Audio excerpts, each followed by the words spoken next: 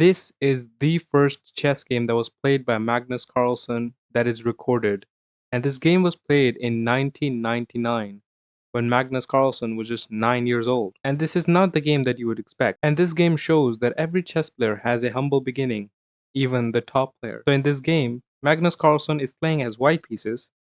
So the game started off with d4, e5, d takes e5, the England gambit, and now knight c6, attacking the pawn on d5. Magnus defends with bishop f4, and then f6 is played. Now here, Magnus takes, and now black has two choices. He can either take with the knight or with the queen. If he takes with the knight, he would get the general development. But if he takes with the queen, he is attacking the bishop and this rook right here. So of course he takes with the queen. The fifth move of the game, Magnus Carlsen plays queen d2. Now this is a blunder because, as you can see, this rook is hanging right here. So Magnus was trying to defend this bishop, but he hung a rook. But then Magnus Carlsen gives a check by playing queen e3, and his opponent defends. Now here, Magnus plays bishop to e5.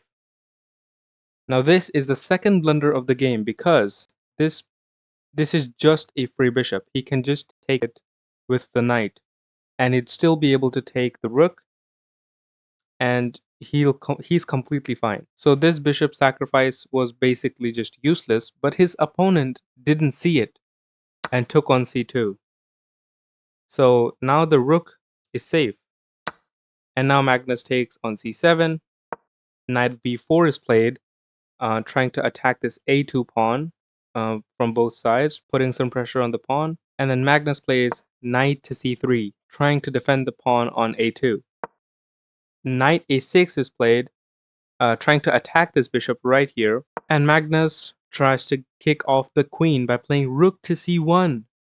And then queen b2 is played. And here, on the 11th move of the game, the third blunder of Magnus Carlsen is played. Queen to e5, hanging a full rook. Knight d1 is played, and then knight takes the bishop on c7, and e4. I don't know what the idea was, but it's a good development move. And here, king d8 is played. I don't know what the idea was of this move, but king d8 and knight f3, knight g6. And here, Magnus Carlsen trades the queens. He's giving a queen trade, which is forced, of course, because now he's also in check. So the opponent takes the queen, but I don't know why. He's like he was down 5 points of material, and he still traded the queens. I don't know why, but it's okay. And now bishop b4 check is played, and then king has no place other than e2. The king is being lured to the center of the board, and then knight f4. He's king f3. He's going more up the board. And now rook f8, trying to set up this discovered attack here. As soon as the knight moves anywhere, let's say here, it's going to be a discovered attack on the king. Discovered check, actually. So to prevent that, Magnus plays knight takes on h7. So if the knight moves, he can just take the rook. So the opponent also made a blunder. He just blundered the rook. And now Magnus is just 3 points of material down.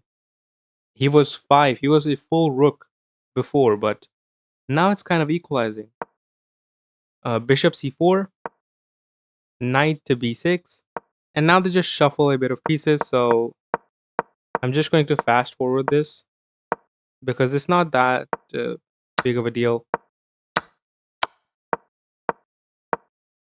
And here, Magnus Carlsen starts to just lose a lot of pieces.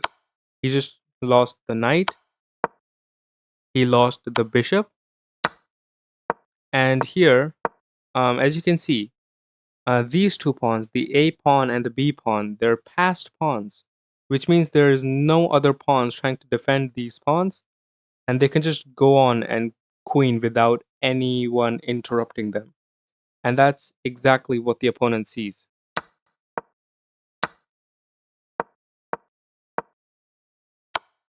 And at this point, now the opponent is going for this pawn push.